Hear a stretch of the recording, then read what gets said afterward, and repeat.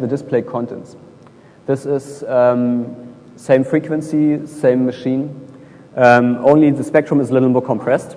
You see down here, the refresh you already know. So this is a refresh cycle. And what you see up here is the NEDAP blanking its display and then sending new data to the display. And in other instances of it sending new data, it looks completely different. So same settings as this picture, just that the display change now happens here. It's a lot shorter, and I think you can actually see, that's where I basically stopped with analysis because I couldn't get any further. There are obviously two things you might want to attack here. So what you want to find out is what the guy in there is voting for, right? So what you can look at is either the screen contents during the refresh, which is the regular cycles down there, or you could look at the command that's being sent to the display controller, because there's a display controller right on the display, and you talk a serial protocol to it and send it data and say, oh, display character here, display character there, and it does it. And you might also be able to pick up this signal and just tell apart the different commands from each other. I tried a bit to run a classical correlation analysis on the refresh signal. Correlation means you take a snippet of a sample, which is your reference, then you slide it across the incoming, and then you look whether how good the match is by actually, multiplying per sample your two signals and then summing it up. And this didn't work too well. I couldn't tell display contents apart.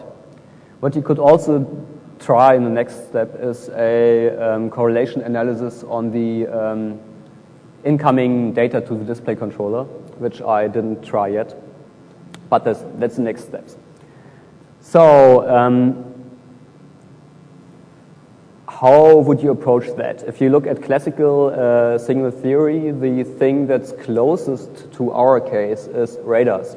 So radars emit a series of regular pulses and look at the echo. So the problem is essentially the same. I have a reference signal, which in the case of NEDAP is different display contents.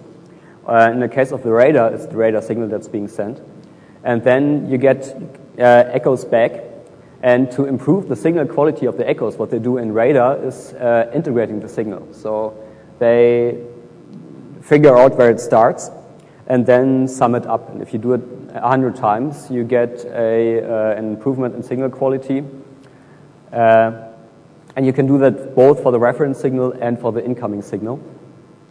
The thing is that it's pretty tricky to actually find out where the signal starts, because in your receiver, you have an oscillator, and that oscillator is not in phase sync with the display in the machine you're attacking.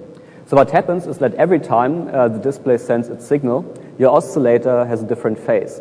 And you need to correct for that phase, because otherwise, if you keep integrating your signal, you will end up with a result that's pretty close to zero. So what you would need to do is sync on something in there, figure out the phase, and then use that for integration. And that's the next steps I'm planning.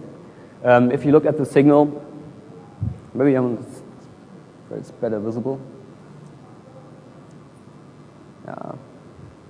There are points in here where you can attempt to start your sync at like here. That's where you want to sync on and find out the phase for integration.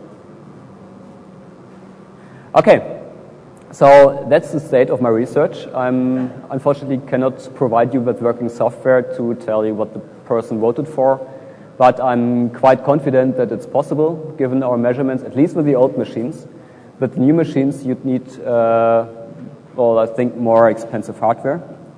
And I would like to thank all the people who helped me in performing my experiments, and I hope that you found my results or lack of results in some points interesting. And I'll answer questions. Thank you.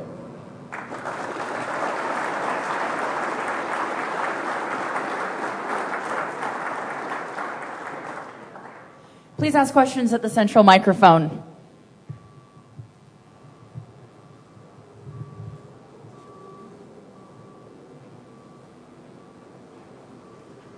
Hi.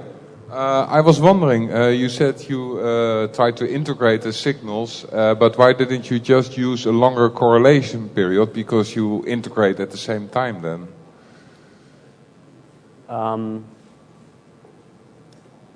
Well, I tried to use longer correlation signals. One thing is that if you use regular correlation, your computational effort pretty fast goes through the roof, because it grows with the product of your sample rate and the size of the signal you're comparing.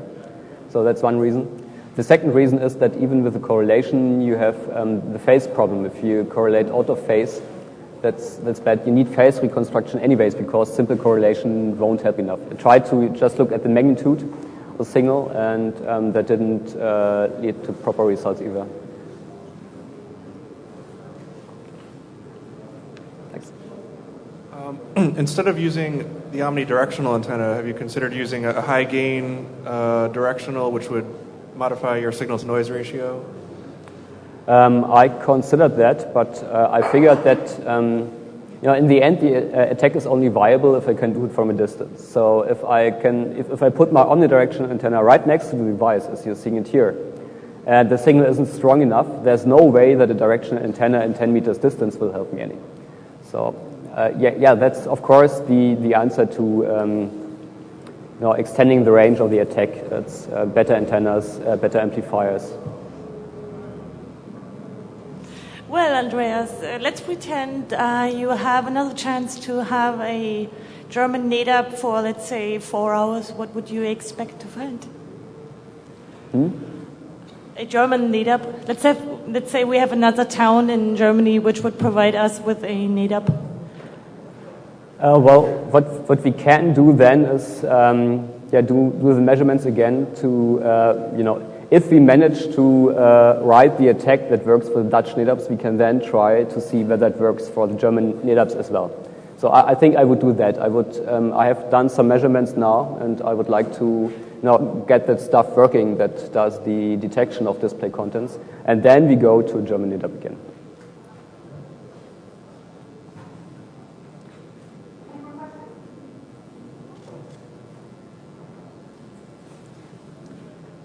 Okay, if there are no more questions, I think we have 15 minutes until the next talk. I'm going to set up the USRP reception stuff here, and if you want, you can come here and play around with it and have a look at the signal that's being emanated. Thank you.